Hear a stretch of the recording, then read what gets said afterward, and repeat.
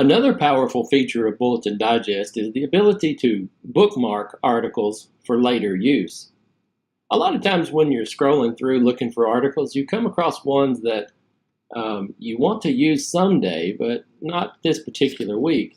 In that case, you can click on the bookmark under each article and create a list of saved articles. For instance, say you want to use this article entitled "The Backpack." Not today, but later. Scroll down to the bottom of the article, just above the tags, and you'll find a bookmark. Click this link, it will turn green, and it will add it to your bookmarks. Now the way you retrieve these bookmarks is to return to your membership page, scroll down in the list of buttons and find My Bookmarks.